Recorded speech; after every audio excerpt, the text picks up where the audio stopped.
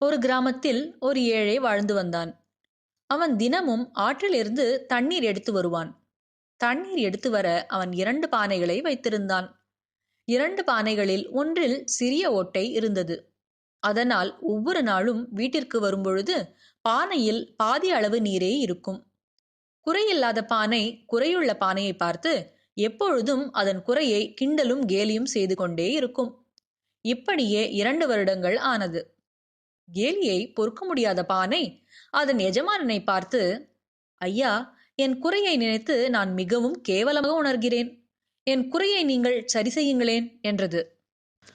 பானையே, நாம் வரும் பாதையில் உன் பக்கம் இருக்கும் அழகான பூச்செடிகள் வரிசையை கவனித்தாயா என்று அதன் எஜமானன் கேட்டான்.